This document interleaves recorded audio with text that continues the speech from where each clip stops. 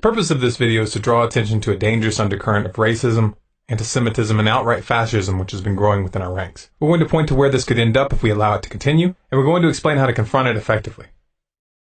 During periods of severe economic hardship, war, and social instability, people have the tendency to look for someone to blame. Historically, the groups that are singled out as scapegoats are not chosen based on facts and evidence. They are chosen according to the prejudices and hatreds of that era. Race, religion, ethnic background, and immigrant status are obvious and convenient starting points. But as these sentiments gather political power, the list of enemies expands to include anyone and everyone who disagrees on any topic of significance. And the punishment for being different rapidly moves from insults to violence.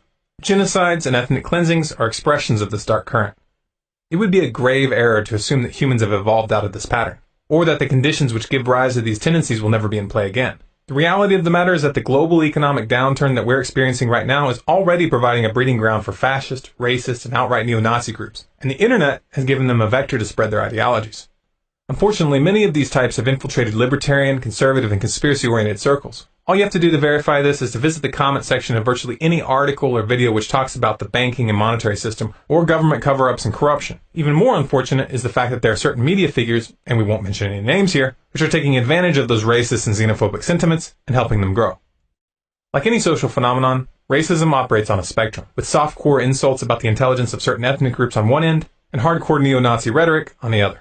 These are not, however, separate and distinct phenomena. One does not go from being a normal, open-minded member of society to being a fan of Adolf Hitler and Heinrich Himmler overnight. There's a transition. People become acclimated to racism gradually. Once they have become comfortable with the softer versions, more extreme ideologies then seem reasonable.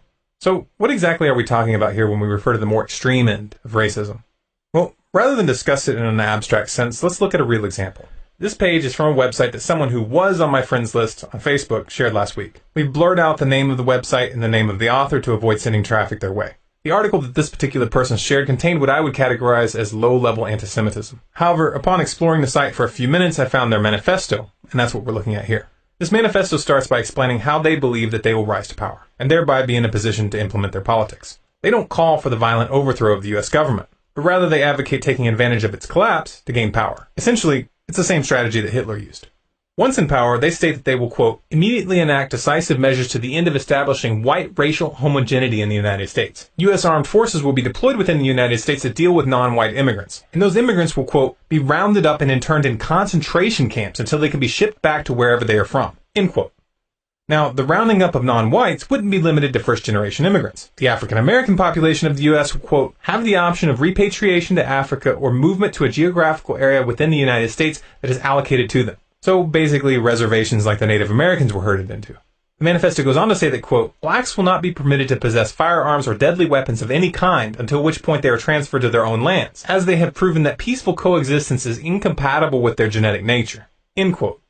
And not surprisingly, they have plans for the Jews as well. Quote, all Jews will be forced to wear identifying markers, so as they will no longer be capable of their methods of deceit. Many of them will be interned in concentration camps until a colony which is to be regulated by an international body can be established for them. The end goal will be to have all Jews removed from North America, as well as the nations of our brothers in Europe and elsewhere. End quote.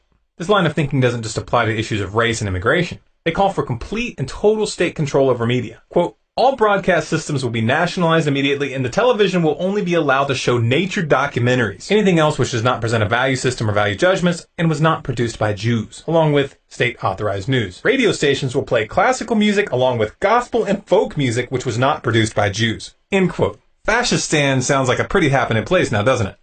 But wait, there's more! Quote, a council on positive media will be formed to make decisions about what can and cannot be consumed by the public at large. End quote. So basically complete and total censorship. And this goes for the internet as well.